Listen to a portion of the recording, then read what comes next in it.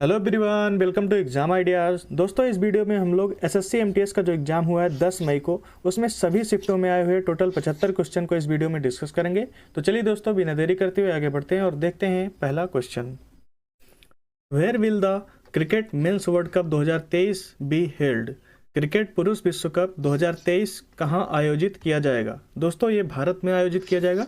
Cricket पुरुष विश्व cup 2023 ये हमारा प्यारा भारत होस्ट करेगा। भारत 2023 क्रिकेट विश्व कप की मेज़बानी करेगा। 2023 आईसीसी पुरुष क्रिकेट विश्व कप का 13वां संस्करण होगा। कौन सा संस्करण है? 13वां संस्करण होगा जो भारत में खेला जाएगा। 2027 का वर्ल्ड कप यानी कि 14वां जो संस्करण होगा 2027 का, ये ऑस्ट्रेलिया और न्यूजीलैंड के द्वारा होस्ट किया जाएगा। और 2031 में जो होगा 15वां संस्करण, ये भारत और बांग्लादेश दोनों मिलकर इसको होस्ट करेंगे। दोस्तों, यदि आप चैनल पर नए हैं तो चैनल को सब्सक्राइब कर लीजिए और साथ ही साथ बेल आइकन को भी प्रेस कर दीजिए, जिससे आपको आगे आने वाले वीडियो का नोटिफिकेशन आसानी से मिल जाएगा। चलिए दोस्तों, देखते हैं दूसरा question. When did the first battle of Tarain take place? Tarain का प्रथम युद्ध कब हुआ था? दोस्तों, तराइन का प्रथम युद्ध हुआ था 1191 ईस्वी में। तराइन का प्रथम युद्ध 1191 ईस्वी में मोहम्मद गोरी के नेतृत्व में घुरिद एक तुर्की जनजाति तथा पृथ्वीराज चौहान और उसके सहयोगियों के नेतृत्व में राजपूतों के बीच लड़ा गया था। परिणामी युद्ध राजपूत सेनाओं की जीत में समाप्त हुआ था, यानी कि मोहम्मद गोरी को हराकर पृथ्वीराज चौहान जीत गए थे 1191 का तराइन का प्रथम युद्ध। तराइन का द्वितीय युद्ध 1192 ईस्वी में हुआ था पृथ्वीराज चौहान व मोहम्मद गोरी के बीच, जिसमें मोहम्मद गोरी ने पृथ्वीराज चौहान को हराया था। तराइन के द्वितीय युद्ध में 1192 में। तराइन का तीसरा युद्ध हुआ था 1215-16 में इल्तुतमिश और कुबाचा के बीच। किसके बीच हुआ था? इल्तुतमिश और कुबाचा के बीच। दोस्तों, ये पहला और दूसरा जो दोनों क्वेश्चन हम लोगों ने पढ़ा अभी, ये दोनों क्वेश्चन कल के शिफ्टों में पूछे गए थे। तो ऐसे स्टूडेंट जो एनालिसिस देख कर जा रहे हैं, उनका 3-4 क्वेश्चन तो ऐसे ही एनालिसिस से बन जा रहा होगा। तो आप लोग भी एनालिसिस पूरी तरीके से पूरा देख कर जाइए। चलिए हम बढ़ते हैं अपने अगले क्वेश्चन पर। Which association was founded by Atmaram Pandurang in Bombay in 1867? Atmaram Pandurang ने 1867 में बम्बई में किस संघ की स्थापना की थी? दोस्तों, आत्माराम पांडुरंग के द्वारा प्रार्थना समाज की स्थापना की गई थी 1867 में। प्रार्थना समाज की स्थापना 1867 में आत्माराम पांडुरंग ने की थी। इसकी स्थापना बॉम्बे में हुई थी। नेक्स्ट क्वेश्चन है, who is the current chairman of UPSC? UPSC के वर्तमान अध्यक्ष कौन है? दोस्तों, यूपीएससी के वर्तमान अध्यक्ष हैं डॉक्टर मनोज सोनी। मनोज सोनी को संघ लोक सेवा आयोग यानी कि यूपीएससी का नया अध्यक्ष नियुक्त किया गया है। चलिए नेक्स्ट क्वेश्चन देखते हैं। Right to constitutional remedies comes under which article? संवैधानिक उपचारों का अधिकार किस अनुच्छेद के अंतर्गत आता है? दोस्तों, संवैधानिक उपचारों का अधिकार ये आता है अनुच्छेद 32 से लेकर 35 तक। ये हम पीडीएफ में सही कर देंगे इसको। और दोस्तों, अगर आपके जो क्वेश्चन आया था उसमें ऑप्शन 32 से 35 ना रहा हो तो अनुच्छेद 32 रहा होगा, वो आपको सही करना था। चलिए अगला क्वेश्चन देखते हैं। Who wrote the book the life and the soul at the party? The life and the soul at the party पुस्तक किसने लिखी है? दोस्तों, ये पुस्तक लिखी है माइक गेल ने। किसने लिखा है? माइक गेल के द्वारा लिखी गई पुस्तक the life and the soul at the party. Next question है, who said Swaraj is my birthright? Swaraj मेरा जन्म सिद्ध अधिकार है, किसने कहा था? दोस्तों, ये कहा था बाल गंगाधर तिलक ने। बाल गंगाधर तिलक के द्वारा कहा गया था स्वराज मेरा जन्म सिद्ध अधिकार है। वर्ष 1916 में लोकमान्य तिलक ने स्वराज मेरा जन्म सिद्ध अधिकार है और मैं इसे लेकर रहूंगा का नारा दिया था। अगला क्वेश्चन है, Pung cholom dance is related to which state? Pung cholom नृत्य किस राज्य से संबंधित है? दोस्तों, पुंगचोलम नृत्य मणिपुर राज्य से संबंधित है। पुंगचोलम मणिपुर का एक लोक नृत्य है। पुंगचोलम का शाब्दिक अर्थ है ड्रमों की गर्जना। यह मणिपुरी संकीर्तन संगीत और शास्त्रीय मणिपुरी नृत्य की आत्मा है। अगला क्वेश्चन है, which of the following is related to both Bharatanatyam and Odissi dances? निम्न में से कौन भरतनाट्यम और ओडिसी दोनों नृत्य से संबंधित है? दोस्तों, जो आपके क्वेश्चन में ऑप्शन था सोनल मानसिंह था। ये दोनों नृत्य से संबंधित है। सोनल मानसिंह एक प्रमुख भारतीय शास्त्रीय नर्तक हैं जो भरतनाट्यम और ओडिसी में माहिर हैं। शास्त्रीय नृत्य को बढ़ावा देने के लिए उनके योगदान के लिए उन्हें कई राष्ट्रीय और अंतर्राष्ट्रीय संगठनों से प्रशंसा मिली है। 1992 में वह पद्म भूषण पाने वाली सबसे कम उम्र की प्राप्तकर्ता बनी है। नेक्स्ट क्वेश्चन है, according to census 2011 what is the sex ratio of India. जनगणना 2011 के अनुसार भारत का लिंगानुपात कितना है। दोस्तों, भारत का लिंगानुपात है 943। 2011 की जनगणना के अनुसार भारत का लिंगानुपात है 943, अर्थात यहाँ प्रति 1000 पुरुषों पर 943 महिलाएं हैं। लिंगानुपात का उपयोग प्रति 1000 पुरुषों पर महिलाओं की संख्या का वर्णन करने के लिए किया जाता है। नेक्स्ट क्वेश्चन है, what is the target of TB free India. TB मुक्त भारत का लक्ष्य क्या रखा गया है। दोस्तों, टीबी मुक्त भारत का लक्ष्य रखा गया है 2025 तक। संयुक्त राष्ट्र सतत विकास लक्ष्यों के अनुसार सभी देशों ने 2030 तक टीबी उन्मूलन का लक्ष्य तय किया है, लेकिन भारत सरकार ने वर्ष 2025 तक टीबी उन्मूलन का लक्ष्य रखा है। नेक्स्ट क्वेश्चन है, रज festival is celebrated in which month. रज पर्व किस महीने में मनाया जाता है। दोस्तों, रज पर्व मनाया जाता है जून के महीने में। कब मनाया जाता है? जून के महीने में मनाया जाता है रज पर्व। यह उड़ीसा में मनाया जाता है। और कहाँ मनाया जाता है? उड़ीसा में।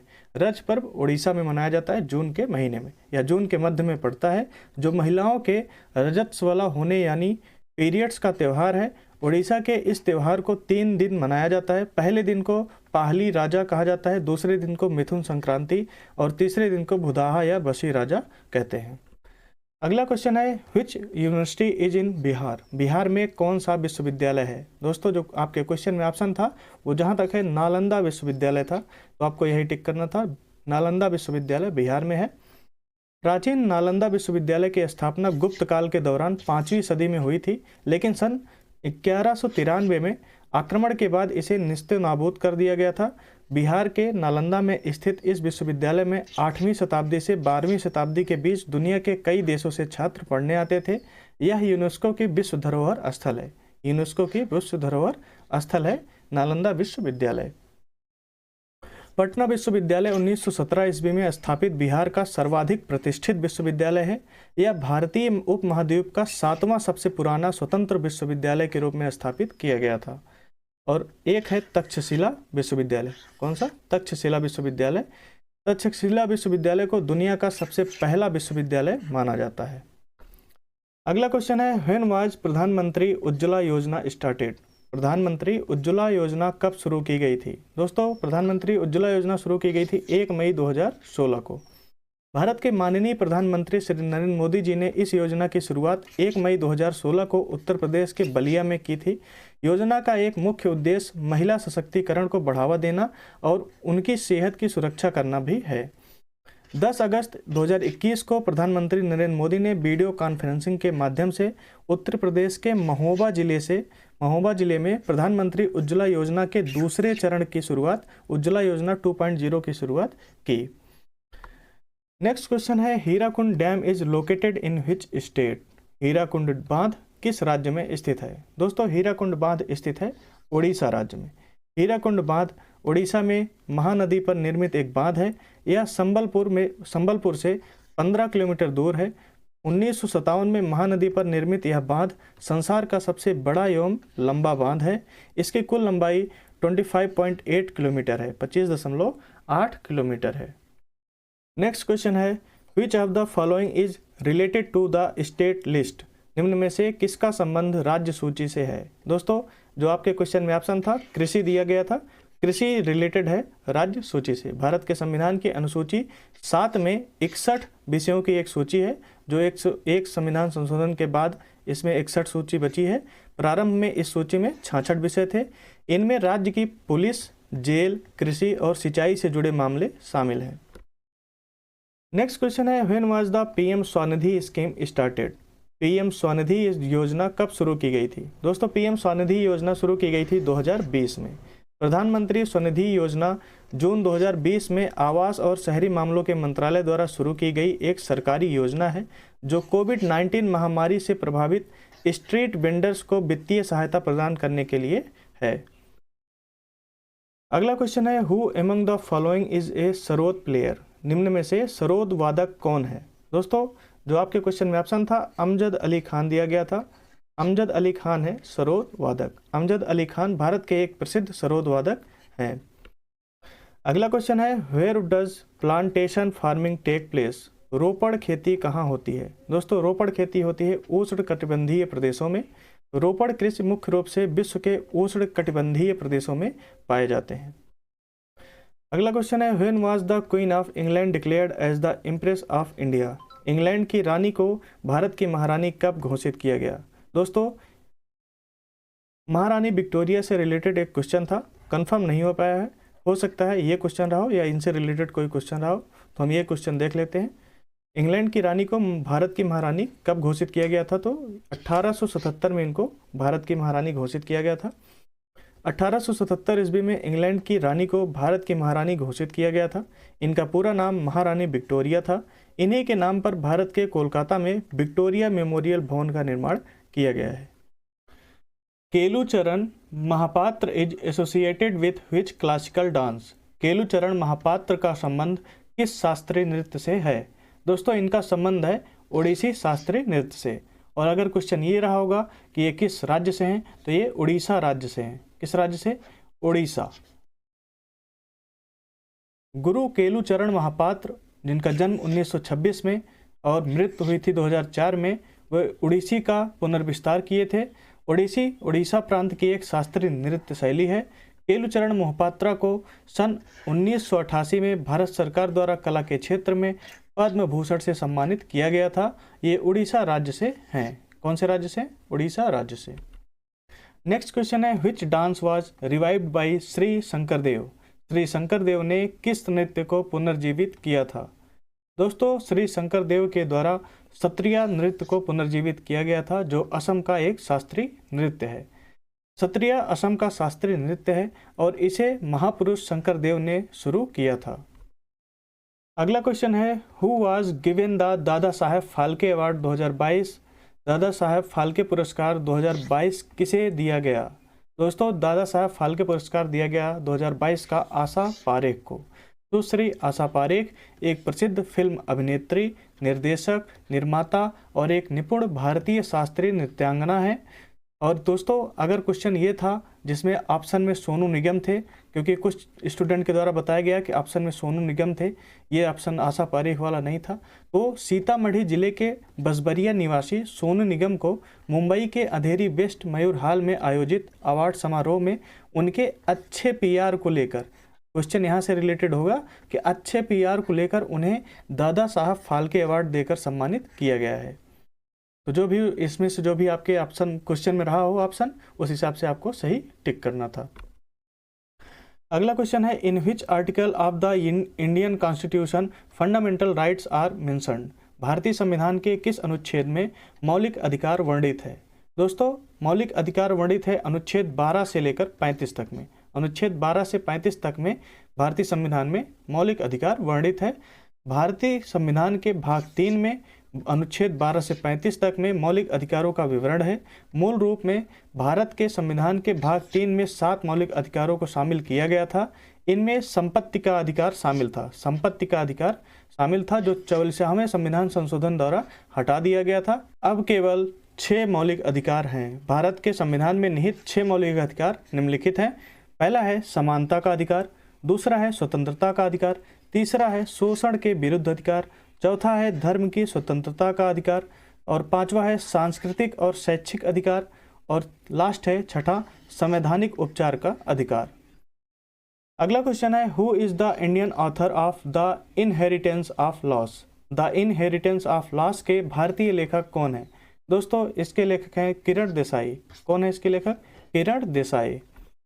नेक्स्ट क्वेश्चन है when are day and night of equal duration. दिन और रात की अवधि कब समान होती है। दोस्तों दिन और रात की अवधि समान होती है 21 मार्च और 23 सितंबर को। अगर आपके क्वेश्चन में ऑप्शन 21 मार्च और 23 सितंबर नहीं होगा तो भूमध्य रेखा रहा होगा, ध्रुवों पर रहा होगा। 21 मार्च और 23 सितंबर को पृथ्वी की भूमध्य रेखा बिल्कुल सूर्य के सामने पड़ती है, जिससे दिन और रात बराबर हो जाते हैं। इसके बाद सर्दियों के आने की आहट शुरू हो जाती है। दिन छोटे जबकि रातें लंबी होती हैं। भूमध्य रेखा एक ऐसी रेखा है जो उत्तर ध्रुव और दक्षिण ध्रुव के ठीक बीच से गुजरता है। भूमध्य रेखा पर पूरे वर्ष के दौरान दिन और रात की लंबाई बराबर होती है। अर्थात लगभग 12 घंटों के लिए दिन का प्रकाश चमकता है और 12 घंटों का अंधेरा होता है, 12 घंटों तक अंधेरा होता है। नेक्स्ट क्वेश्चन है, where is shifting cultivation called jhum cultivation. स्थानांतरित खेती को झूम खेती कहाँ कहा जाता है? दोस्तों, भारत के उत्तर पूर्वी क्षेत्र में स्थानांतरित खेती को झूम खेती कहा जाता है। यह मुख्य रूप से भारत के उत्तर पूर्वी क्षेत्र में प्रचलित है, जिसमें असम, मणिपुर, मिजोरम, नागालैंड आदि शामिल हैं। खेती के इस तरीके को झूम खेती के नाम से भी जाना जाता है। इसे कर्तन दहन कृषि भी कहा जाता है। यह एक स्थानांतरण खेती प्रणाली है। नेक्स्ट क्वेश्चन है, which is the national body to control doping. Doping पर नियंत्रण करने वाली राष्ट्रीय संस्था कौन सी है? दोस्तों, जो डोपिंग पर नियंत्रण रखती है राष्ट्रीय संस्था, उसको हम लोग कहते हैं नाडा, NADA, नाडा, नेशनल एंटी डोपिंग एजेंसी, राष्ट्रीय डोपिंग रोधी एजेंसी। भारत सरकार ने खेलों में डोपिंग से संबंधित मामलों से निपटने के लिए साल 2005 में राष्ट्रीय डोपिंग रोधी agency, national anti doping agency, NADA का गठन किया था। नेक्स्ट क्वेश्चन है, how many metres did Neeraj Chopra win the gold medal by throwing the javelin in the Olympics. Neeraj Chopra ने ओलंपिक में कितने मीटर भाला फेंक कर गोल्ड मेडल जीते थे? दोस्तों, इन्होंने टोटल 87.58 मीटर 87.58 मीटर भाला फेंक कर गोल्ड मेडल जीता था। नीरज चोपड़ा ने 87.58 मीटर भाला फेंक कर टोक्यो ओलंपिक 2021 में गोल्ड मेडल जीतकर इतिहास रचा था। अभिनव बिंद्रा के बाद किसी विश्व चैंपियन स्तर पर एथलेटिक्स में स्वर्ण पदक को जीतने वाले वह दूसरे भारतीय बने हैं। नेक्स्ट क्वेश्चन है, Mirabai Chanu is related to which sport. Mirabai Chanu का संबंध किस खेल से है? दोस्तों, क्वेश्चन ये भी हो सकता है कि मीराबाई चानू का संबंध किस राज्य से है, तो दोनों देख लेते हैं। मीराबाई चानू का संबंध भारोत्तोलन से है और ये किस राज्य से है? मणिपुर राज्य से है। साइखोम मीराबाई चानू, इनका जन्म 8 अगस्त 1994 को हुआ था। एक भारतीय भारोत्तोलन खिलाड़ी हैं तथा वो मणिपुर से हैं। 2021 के टोक्यो ओलंपिक खेलों में इन्होंने 49 kg वर्ग कैटेगरी में रजत पदक जीती थी। 49 किलोग्राम वर्ग में रजत पदक जीती थी मीराबाई चानू। नेक्स्ट क्वेश्चन है, Chapchar Kut festival is celebrated in which state. Chapchar Kut festival किस प्रदेश में मनाया जाता है? दोस्तों, चापचर कोट त्यौहार ये मनाया जाता है मिजोरम राज्य में। चापचर कोट मिजोरम का एक त्यौहार है। यह मार्च के दौरान झूम कृषि के सबसे कठिन कार्य के पूरा होने के बाद मनाया जाता है। नेक्स्ट क्वेश्चन है, what is the language of the text related to Buddhism. बौद्ध धर्म से संबंधित ग्रंथों की भाषा क्या है? दोस्तों, बौद्ध धर्म के जो ग्रंथ हैं वो पाली भाषा में लिखे गए हैं। बुद्ध धर्म के 3 प्रमुख ग्रंथ हैं जिन्हें त्रिपिटक कहा जाता है। सुत्त पिटक, विनय पिटक और अभिधम्म पिटक, ये 3 पिटक हैं। सुत्त पिटक बुद्ध के प्रवचन से संबंधित है, विनय पिटक मठवासी नियम से संबंधित है और अभिधम्म पिटक ये विद्वतापूर्ण विश्लेषणात्मक कार्य के लिए संबंधित है। नेक्स्ट क्वेश्चन है, what is the land donated by Chola rulers to Brahmins called. Chola शासकों द्वारा ब्राह्मणों को दान दी गई भूमि को क्या कहते हैं? दोस्तों, चोल शासकों द्वारा ब्राह्मणों को दान दी गई भूमि को ब्रह्मदेय कहते थे। चोल काल में ब्राह्मणों को कर मुक्त भूमि को चतुर्वेदी मंगलम एवं दान दी जाने वाली भूमि को ब्रह्मदेय कहते थे। नेक्स्ट क्वेश्चन है, which rebellion took place in 1855-56। 1855-56 में कौन सा विद्रोह हुआ था? दोस्तों, 1855-56 में संथाल विद्रोह हुआ था। 1855-56 में संथाल विद्रोह का नेतृत्व करने वाले 2 भाइयों चिदो और कान्हू ने अंग्रेजों के दांत खट्टे कर दिए थे। अंग्रेजों ने इनके विद्रोह को ऐसे कुचला कि जलियांवाला कांड भी छोटा पड़ जाता है। इस विद्रोह में अंग्रेजों ने लगभग 30,000 संथालियों को गोलियों से भून डाला था। दोस्तों, संथाल झारखंड राज्य में केंद्रित एक आदिवासी समूह है। यह भारत में हुआ पहला किसान विद्रोह था। विद्रोह को 1793 के अस्थायी भूमि बंदोबस्त की शुरुआत के लिए जिम्मेदार ठहराया जा सकता है। नेक्स्ट क्वेश्चन है, what is the SI unit of lens power. Lens की क्षमता का एसआई मात्रक क्या है? दोस्तों, लेंस की क्षमता का एसआई मात्रक होता है डायोप्टर। नेक्स्ट क्वेश्चन है, Kathakali is the classical dance of which state. Kathakali किस राज्य का शास्त्रीय नृत्य है? दोस्तों, कथकली शास्त्रीय नृत्य है केरल राज्य का। और भी जो शास्त्रीय नृत्य हैं आइए पढ़ लेते हैं कौन सा किस राज्य से संबंधित है। भरतनाट्यम ये तमिलनाडु का शास्त्रीय नृत्य है। कथकली ये केरल का शास्त्रीय नृत्य है। कुचिपुड़ी आंध्र प्रदेश का शास्त्रीय नृत्य है। कथक ये उत्तर प्रदेश का या उत्तर भारत का शास्त्रीय नृत्य है। मोहिनीअट्टम ये भी केरल का शास्त्रीय नृत्य है। मणिपुरी मणिपुर का है शास्त्रीय नृत्य। सतरिया ये असम का शास्त्रीय नृत्य है। और ओडिसी ये उड़ीसा का शास्त्रीय नृत्य है। चलिए अगला क्वेश्चन देखते हैं। Which is the rainiest region of the world? विश्व का सबसे अधिक वर्षा वाला क्षेत्र कौन सा है? दोस्तों विश्व का सबसे अधिक वर्षा वाला क्षेत्र है मासिन राम। मासिन राम जो मेघालय में है। मासिन राम पूर्वोत्तर भारत में मेघालय राज्य के पूर्वी खासी हिल्स जिले का एक शहर है जो शिलांग से 60.9 किलोमीटर 60.9 किलोमीटर दूर है। मासिन राम में भारत के साथ साथ दुनिया में सबसे अधिक वर्षा होती है। Which planet is called the morning star? भोर का तारा किस ग्रह को कहते हैं? दोस्तों भोर का तारा कहते हैं शुक्र ग्रह को। किस ग्रह को कहते हैं? शुक्र ग्रह को कहते हैं। भोर का तारा शुक्र ग्रह को कहते हैं और इसे सांझ का तारा पृथ्वी की बहन भी कहते हैं। सांझ का तारा किस ग्रह को कहते हैं? शुक्र ग्रह को। और पृथ्वी की बहन ये भी शुक्र ग्रह को कहते हैं। शुक्र ग्रह को भोर का तारा या सांझ का तारा कहा जाता है क्योंकि यह शाम में पश्चिम दिशा में तथा सुबह में पूरब दिशा में आकाश में दिखाई पड़ता है। अगला क्वेश्चन है what is the head of state called? राज्य के मुखिया को क्या कहते हैं? दोस्तों राज्य के मुखिया को राज्यपाल कहते हैं। भारत में राज्य के संवैधानिक मुखिया को राज्यपाल कहते हैं। अगला क्वेश्चन है P R. Sreejesh is related to which sport? P R. Sreejesh का संबंध किस खेल से है? दोस्तों इनका संबंध है हॉकी से। हॉकी खेलते हैं पी.आर. श्रीजेश। पी.आर. श्रीजेश भारतीय पुरुष हॉकी टीम के खिलाड़ी हैं और वह भारतीय हॉकी टीम में गोलकीपर की भूमिका निभाते हैं। अगला क्वेश्चन है what is the other name of Dussehra? Dussehra का दूसरा नाम क्या है? दोस्तों दशहरा का दूसरा नाम है विजयादशमी या आयुध पूजा। आपके क्वेश्चन में जो ऑप्शन रहा होगा विजयादशमी या आयुध पूजा रहा होगा, उसमें से आपको एक टिक करना था। दशहरा को विजयादशमी या आयुध पूजा के नाम से भी जाना जाता है। दशहरा राम द्वारा रावण का वध करने के उपलक्ष्य में मनाया जाता है, जबकि विजयादशमी देवी दुर्गा द्वारा महिषासुर की हत्या करने के उपलक्ष्य में मनाया जाता है। अगला क्वेश्चन है who assumed the title of Alamgir? Alamgir की उपाधि किसने धारण की थी? दोस्तों आलमगीर की उपाधि धारण की थी मुगल बादशाह औरंगजेब ने। मुगल बादशाह औरंगजेब ने आलमगीर की उपाधि धारण की थी। आलमगीर की उपाधि धारण करते हुए औरंगजेब ने 21 जुलाई 1658 को खुद को सम्राट के रूप में ताज पहनाया। मुगल साम्राज्य के छठे शासक औरंगजेब को आलमगीर अर्थात विश्व विजेता कहा जाता था। उनका शासनकाल 49 वर्षों तक चला और उन्हें व्यापक रूप से अंतिम प्रभावी मुगल सम्राट माना जाता है। नेक्स्ट क्वेश्चन है Jagoi dance is the dance form of which state? Jagoi नृत्य किस राज्य का नृत्य रूप है? दोस्तों ये मणिपुर का नृत्य रूप है जागोई नृत्य। मणिपुरी नृत्य को जागोई के नाम से भी जाना जाता है। यह प्रमुख भारतीय शास्त्रीय नृत्य रूपों में से एक है। अगला क्वेश्चन है Dholavira is located in which state? Dholavira किस राज्य में स्थित है? दोस्तों धौलावीरा स्थित है गुजरात राज्य में। यह सिंधु सभ्यता से संबंधित स्थल है। यह भारत में गुजरात राज्य के कच्छ जिले में लूनी नदी के तट पर स्थित है। इसके लूनी नदी के तट पर स्थित है धौलावीरा। साइट आधिकारिक तौर पर 1967-68 में भारतीय पुरातत्व सर्वेक्षण विभाग ASI जिसको बोलते हैं उसके JP जोशी द्वारा खोजी गई थी।